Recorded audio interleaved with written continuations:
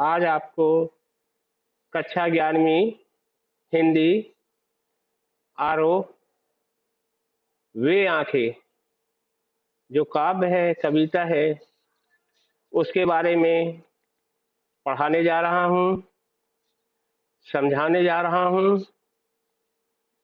और इनके जो कवि हैं, जो काव्यकार हैं, सुमित्रा नंदन पंत, उनके जीवन परिचय के बारे में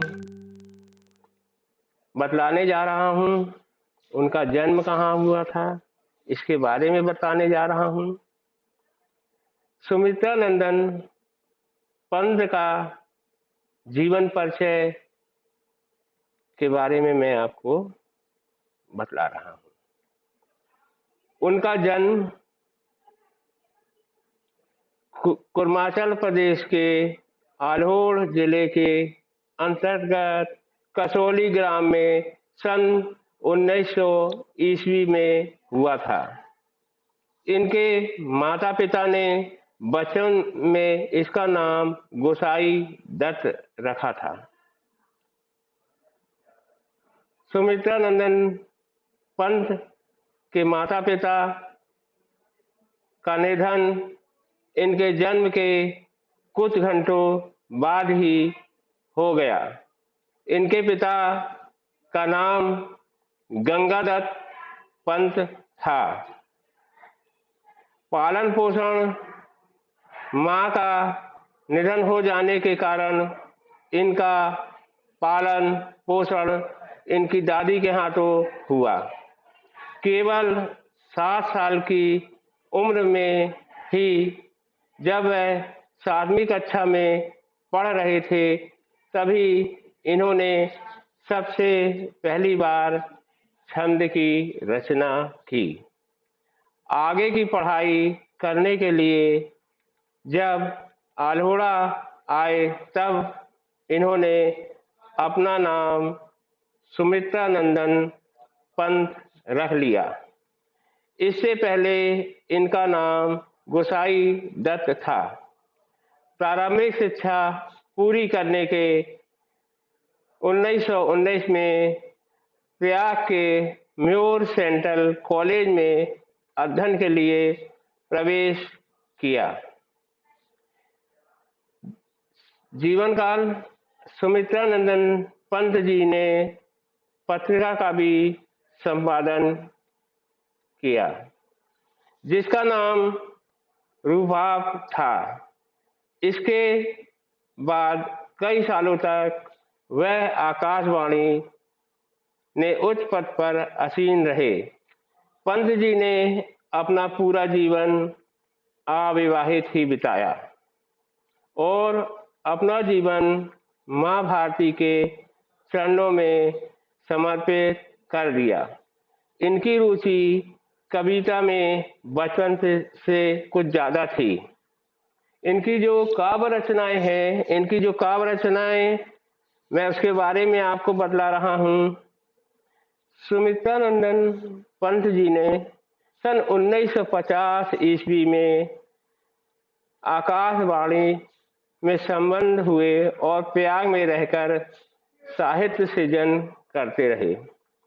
इनके कला और बूढ़ाचन पर साहित्य अकादमी, लोकायतन पर सोवियत और सितंबरा पर ज्ञानपीठ पुरस्कार प्राप्त हुए। पंत जी ने सुंदरम के कवि के रूप में अपना साहित्यिक जीवन शुरू किया। इनकी शुरुआत रचनाओं वीणा, ग्रंथि, पल्लव और गुजन में इन्होंने प्रकृति के विभिन्न रूपों का सुंदर अभिनंदन किया। इसकी काव्य दृष्टि के विकास में इनके काव्य संकलन, पल्लव की रचना, परिवर्तन का विशेष महत्व है। इसके संकलन युगांत की रचनाओं में पुरानी व्यवस्था को विनष्ट करके नई व्यवस्था लाने का रूप दिखाई देता है।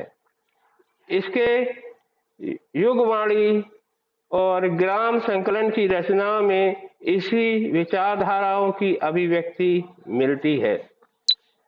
सुमित्रानंदन पंत जी की भाषा शैली कैसी थी, उसके बारे में मैं आपको बता रहा हूँ।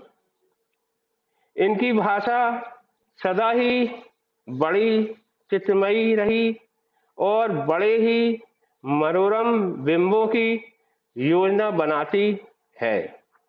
उपमा, रूपक, उत्प्रेक्षा आदि सदैमूलक अलंकार इन्हें बहुत प्रिय हैं।